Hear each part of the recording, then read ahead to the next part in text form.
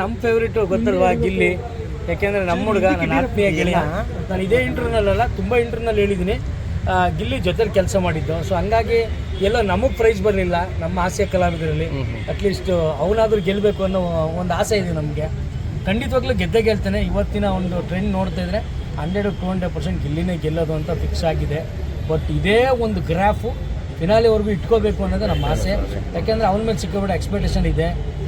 100% ಏನೋ ಒಂದು ಒಳ್ಳೇದಾಗುತ್ತೆ ಗಿಲ್ಲಿಗೆ.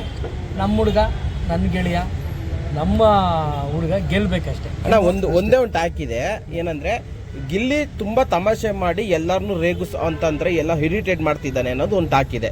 ಸೊ ಇದ್ರ ಬಗ್ಗೆ ಹೇಳೋದಾದ್ರೆ ಏನಂದರೆ ಕಾಮಿಡಿ ಮಾಡುವಾಗ ಅದು ನಗ್ತಾರೆ, ನಕ್ಕಾದ್ಮೇಲೆ ಸ್ವಲ್ಪ ಹೊತ್ತಾದ್ಮೇಲೆ ಇರಿಟೇಟ್ ಆಯ್ತು ಅಂತ ಹೇಳ್ತಾರೆ. ಹೆಂಗಮ್ಮ ಇದೆಲ್ಲ, ಅದು ನಾವು ಕಾಮಿಡಿಯನ್ನೇ ಅಲ್ವಾ.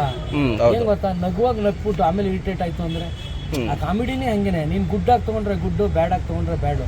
ಬಟ್ ಕಾಮಿಡಿಗೆ ನಾನು ಹಿಂಗೆ ಒಳ್ಳೇದಾಗೆ ನಗಿಸ್ಬಿಡ್ತೀನಿ, ಹಿಂಗೆ ನಗಿಸ್ಬಿಡ್ತೀನಿ ಅಂತ ಬಾರ್ಡ್ರ್ ಹಾಕೊಂಡು ಮಾಡೋಕ್ಕೆ ಹೋದರೆ ಮಾಡೋಕ್ಕಾಗಲ್ಲ. ಸೊ ಹಂಗೆ ಅವನು ಹಕ್ಕಿ ಥರ ಹಾರಾಡ್ಕೊಂಡು ಕಾಮಿಡಿ ಮಾಡ್ತಾವನೆ. ಅದು ಕೆಲವ್ರಿಗೆ ಇಷ್ಟ ಆಗುತ್ತೆ, ಕೆಲವ್ರಿಗೆ ಇಷ್ಟ ಆಗಲ್ಲ.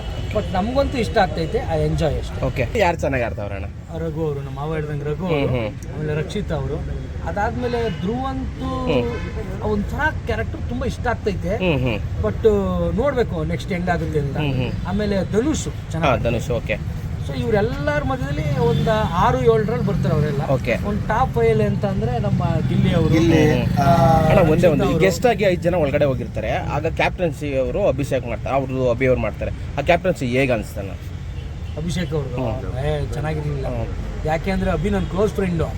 ಯಾಕೋ ಫುಲ್ ಸೈಲೆಂಟ್ ಆಗ್ಬಿಟ್ಟು ಅನ್ಸುತ್ತೆ. ಅವ್ನು ಇರೋದೇ ಹೆಂಗೇನೆ, ಅವ್ನು ಇದ್ದಂಗೆ ಹೇಳ್ತಾನೆ. ಎಲ್ಲ ಒಂದ್ ಕಡೆ ಸೈಲೆಂಟ್ ಆಗ್ಬಿಟ್ಟು ಅಂತ ಅನ್ಸುತ್ತೆ. ನನ್ನ ಕ್ಲೋಸ್ ಫ್ರೆಂಡ್ ಅಬ್ಬಿ. ಓಕೆ.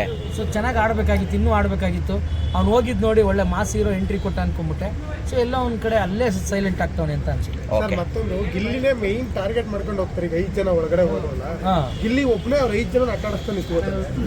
ಇದ್ರ ಬಗ್ಗೆ ಏನನ್ಸುತ್ತೆ? ಸರ್, ಹೀರೋ ಒಬ್ರೆ, ವಿಲನ್ಸು 20 ಜನ ಇರ್ತಾರೆ. ಆಗ ಹೀರೋನೇ ವಿಲನ್ ಅಲ್ವಾ ಸರ್? ಅಷ್ಟೇ.